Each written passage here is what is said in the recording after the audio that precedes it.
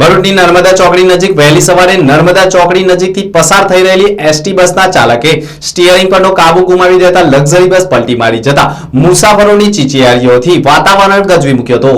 બનાવની મળતી માહિતી અનુસાર સુરત તરફથી આવેલી ST bus number GJ18Z3116 Ahmedabad તરફ જઈ રહી હતી। દરમિયાન ભરૂચની નર્મદા ચોકડી નજીક બસ ચાલકે સ્ટીયરિંગ પરનો કાબુ ગુમાવી દેતા એસટી બસ અચાનક પલટી મારી જતા બસમાં સવાર મુસાફરોની ચીચિયારીઓથી વાતાવરણ ગુંજી ઉઠ્યું હતું। મુસાફરોની ચીચિયારીઓના અવાજથી આસપાસના વાહન ચાલકોએ પણ એસટી બસમાં ફસાયેલા મુસાફરોને બહાર કાઢી સારવાર અર્થે ખસેડવાની તજવીજ હાથ ધરી હતી, જેમાં એક મુસાફરને ગંભીર ઇજાને પગલે વધુ સારવાર માટે ખાનગી હોસ્પિટલમાં ખસેડવામાં આવ્યો હતો।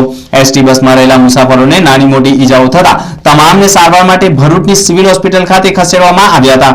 અત્રે ઉલ્લેખનીય બાબત એ છે કે નર્મદા ચોકડી નજીક 15 દિવસમાં બીજી વાર એસટી બસ પલટી મારી જવાની ઘટના બની છે, ત્યારે બસ ચાલકો પણ ભારે વાહનોને ઓવરટેક કરવા જતી વેળા બસો પલટી મારી જતી હોવાની ઘટનાઓ બની રહી હોવાનું સ્થાનિકોએ જણાવ્યું હતું। જો કે બનાવ સંદર્ભે સી ડિવિઝન પોલીસે અકસ્માતનો ગુનો નોંધી કાયદેસરની કાર્યવાહી હાથ ધરી છે।